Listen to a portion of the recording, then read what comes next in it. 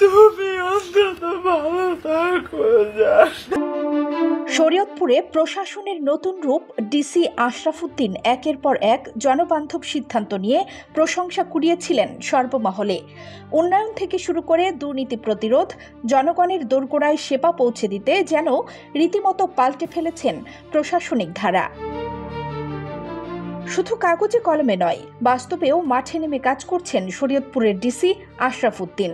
হাটবাজার, শিক্ষা প্রতিষ্ঠান, স্বাস্থ্যকেন্দ্র প্রতিটি জায়গায় সরেজমিন উপস্থিত থেকে জনসাধারণের অভিযোগ শুনে তাৎক্ষণিক ব্যবস্থা নিচ্ছেন তিনি। কিন্তু এক নারীর সঙ্গে আপত্তিকর ছবি ও ভিডিও ফাঁসের ঘটনায় এই সফল ডিসি পড়েছেন বিপাকে। প্রশাসন তাকে ওএসডি করেছে। এছাড়া ভিডিও ফাঁসের ঘটনায় রীতিমতো সামাজিক যোগাযোগ মাধ্যমে হাসির খোরাকে পরিণত হয়েছেন। বৃহস্পতিবার রাতে সামাজিক যোগাযোগ মাধ্যমে একটি ভিডিও ও একাধিক ছবি ভাইরাল হয়। সেখানে জেলা প্রশাসক আশরাফ উদ্দিনকে এক নারীর সঙ্গে আপত্তিকর অবস্থায় দেখা যায়। ঘটনার পর রাতেই তিনি শরীয়তপুর ছেড়ে যান। জেলা প্রশাসনের সূত্র জানায়, তিনি একটি ভাড়া করা গাড়িতে গোপনে বেরিয়ে পড়েন।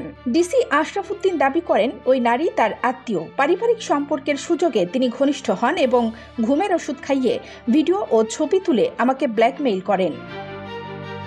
তিনি আরও বলেন, পূবালী ব্যাংকের বিভিন্ন শাখা থেকে তার অ্যাকাউন্টে টাকা পাঠিয়েছি, তার প্রমাণ আছে। সর্বশেষ তিনি হুমকি দেন, স্ত্রীকে তালাক দিয়ে তাকে বিয়ে করতে না চাইলে ভিডিও ছড়িয়ে দেবেন। এইদিকে ওই নারী বলেন, ডিসি আশরাফ বিয়ের প্রতিশ্রুতি দিয়ে তার সংসার ভেঙেছেন। এখন তিনি বিয়ে না করে আত্মহত্যার হুমকি দিচ্ছেন।